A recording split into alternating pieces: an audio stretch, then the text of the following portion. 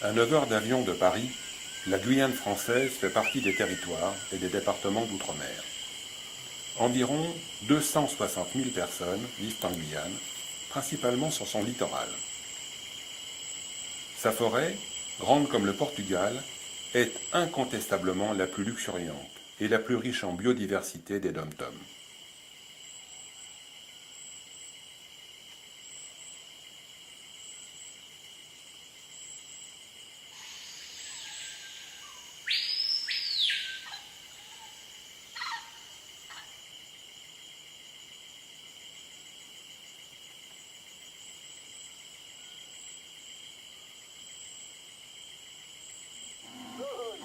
En Guyane française, ce ne sont pas seulement la forêt et les êtres qui l'habitent qui risquent de disparaître, mais également des patrimoines culturels, des civilisations, qui depuis des temps immémoriaux se sont façonnés en connivence avec la nature.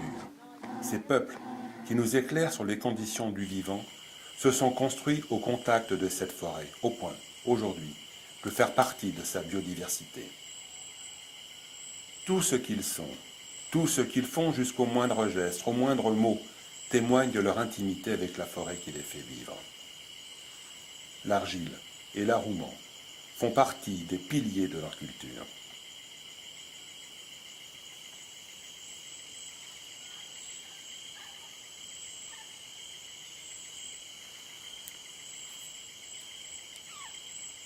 Les peuples autochtones de la Guyane sont aujourd'hui plus que jamais menacés par une fièvre dévastatrice. Cette fièvre n'a pas d'antidote. Elle s'attaque à tout ce qui est vivant. Depuis les années 1990, l'orpaillage clandestin explose en Guyane et fait des ravages en se répandant sous la canopée, en fractionnant le domaine terrestre et en polluant le vaste réseau de criques forestières avant de rejoindre les fleuves et bien sûr d'aboutir dans l'océan.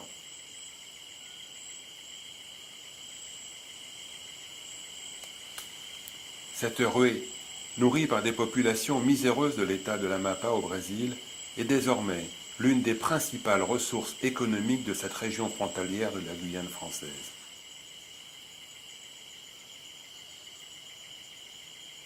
Cette économie parasite se pérennise sous nos yeux au détriment de la biodiversité et des peuples forestiers guyanais.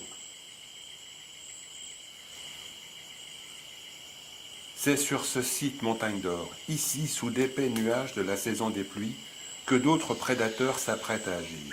Ceux-là ne sont pas miséreux, beaucoup s'en faut puisqu'ils sont immensément riches. Ils viennent entre autres de Grande-Bretagne, du Canada et de Russie. Tous sont addicts à l'or. Ici, au cœur de ce joyau de biodiversité, ils iront rechercher leur butin jusqu'à 400 mètres de profondeur. C'est une société, c'est une entreprise privée. Je ne vois pas pourquoi elle viendrait faire de l'intérêt général en Guyane. Elle n'a pas décidé un jour de dire ah ben, oh, je vais aller aider la Guyane à se développer. Non, ce n'est pas ça. C'est une entreprise, c'est une société et quand elle s'installe, c'est pour le bénéfice de ses actionnaires. Ce n'est pas pour le bien-être de la population. Les déchets vont nous les laisser. Nous aurons quand même 350 millions de tonnes de déchets miniers, qui seront stockés sur 400 hectares. Je ne sais pas si on se rend compte, 400 hectares. Une fosse qui va faire 2,5 km de long sur 500 de large et 400 de profondeur, dans lequel on peut faire entrer la Tour Eiffel et dans lequel on peut installer 32 stades de foot, comme le Stade de France. On peut mettre 32 stades de France dans cette fosse-là. Les déchets, 350 millions de tonnes, vont être stockés pour 50 millions de ces tonnes-là. Ce seront des bouts cyanurés qui seront mis dans un bac à résidus avec une géomembrane qui aura une durée de vie entre 100 et 160 ans. Après, qu'est-ce qui se passera? Plus personne ne sera là, ni vous, ni moi, ni les miniers. Qu'est-ce qui se passera? Et quand on regarde ces digues, elles seront en saprolite, la saprolite qui est friable. La saprolite va faire 57 mètres de haut. Ils nous expliquent qu'ils ont fait un nouveau système amont-aval qui fait que et qui veut que. Mais j'ai encore rien vu au monde qui soit vraiment indestructible. On est en train de chercher comment se débarrasser des déchets nucléaires. Mais on ne se pose pas la question des déchets miniers. Ils sont peut-être plus dangereux parce qu'on y apporte moins d'attention et on les laisse en surface. Quand la digue de 57 mètres va se fissurer et qu'elle va rejeter tout ce qu'elle a en son sein, ça va partir où? L'orpaillage clandestin et légal impacte déjà l'ensemble de la Guyane, de l'Oyapock côté Brésil au Maroni côté Suriname et entre les deux bien sûr le littoral. Montagne d'Or risque fort d'être le coup de grâce pour le bassin du Maroni jusqu'à son estuaire et très certainement bien au-delà.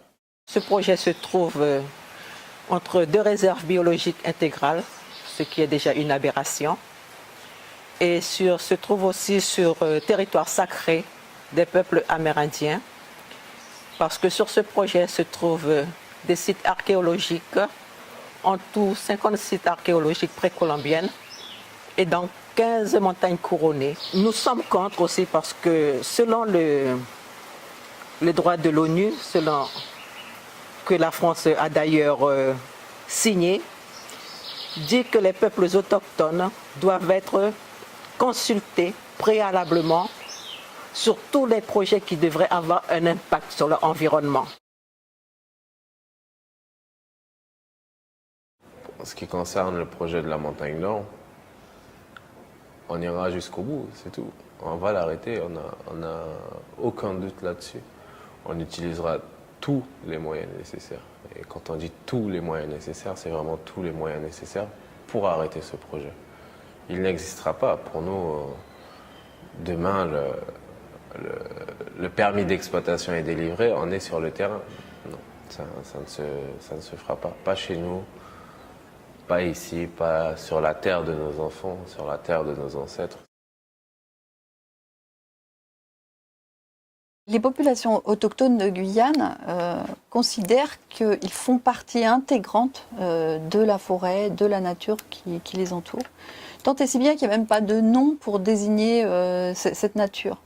La vision est très très opposée à celle qu'on peut avoir en Occident, où on considère qu'on peut dominer la nature, la maîtriser et l'instrumentaliser finalement, et même à son extrême la commercialiser, la monétariser, c'est ce qu'on voit actuellement. Alors que c'est vrai que les populations autochtones ont eu un tout autre rapport à la nature. Et pour rappel, la cosmogonie, par exemple, des Wayana, avec qui je travaille en Guyane française, raconte qu'à une période, donc une période mythologique, il n'y avait pas de forme définie. C'est-à-dire que les hommes pouvaient se transformer en animaux, les animaux pouvaient se transformer en plantes, et on pouvait passer d'une forme à une autre, une forme vivante à une autre, sans que ça pose problème. Si bien ça montre bien à quel point l'homme fait partie de la nature, a une origine commune avec cette nature.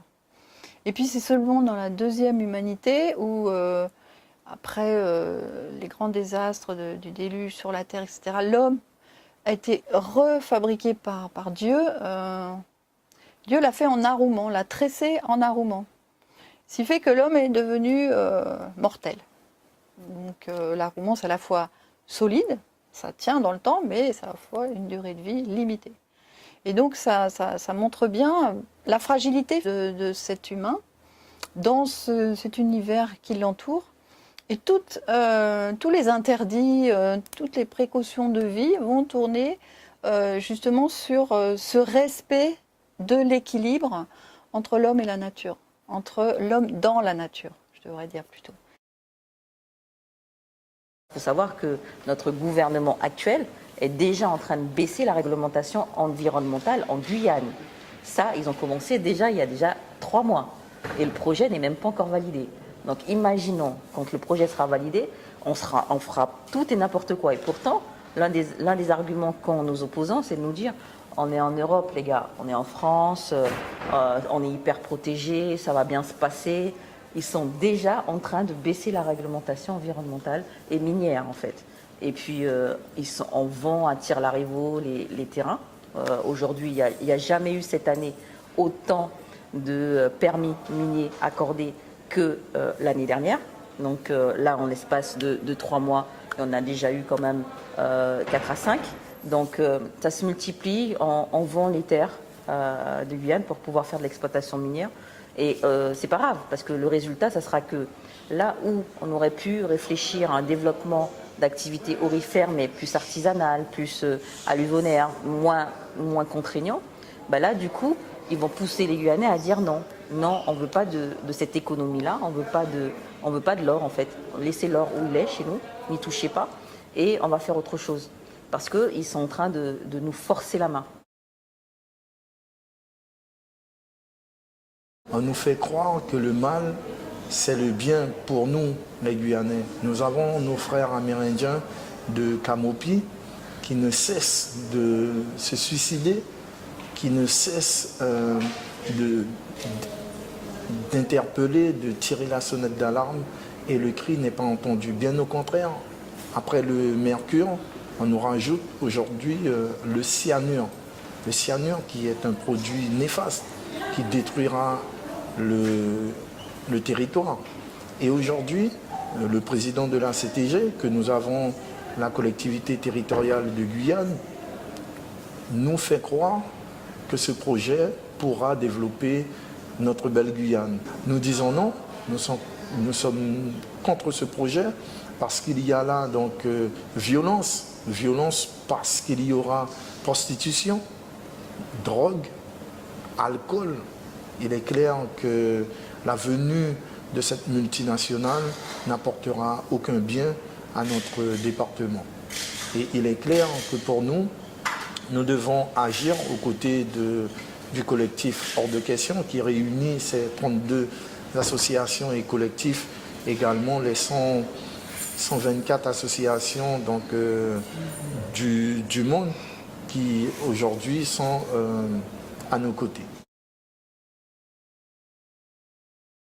Au-delà de la question même de la mine industrielle, nous savons sans foutage de gueule que ce n'est pas ça qui nous aidera à faire décoller la Guyane, sinon la Bolivie, la Colombie, le Pérou, le Guyana, le Suriname, le Burkina Faso, et j'en passe, seraient déjà bien en avance et bien développés et vivant dans la prospérité.